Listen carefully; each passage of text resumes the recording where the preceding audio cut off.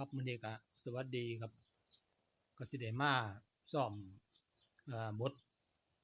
เชิญวิญญาณบุญแจกข้าวเพราะว่าหน้านี้ก็เป็นหน้าบุญแจกข้าวแล้วครับ พ่อแม่เอ๋ยเพิ่นมาโลกธาตุนี้มันบ่แม่นกันกวางไผน้อแม่น้อ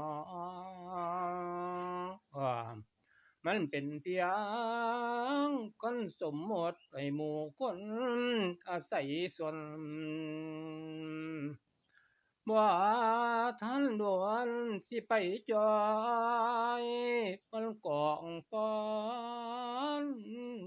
มันก่อนพุ่นคือคุณแม่คือคุณพ่อผู้เพิ่นตายตั้งแต่บุญญาณเจ้าไปอยู่ไสวิญญาณเจ้าอยู่ป่าไหมหรือหากว่าผู้เขาสูงน้อแม่น้องไปอยู่ภู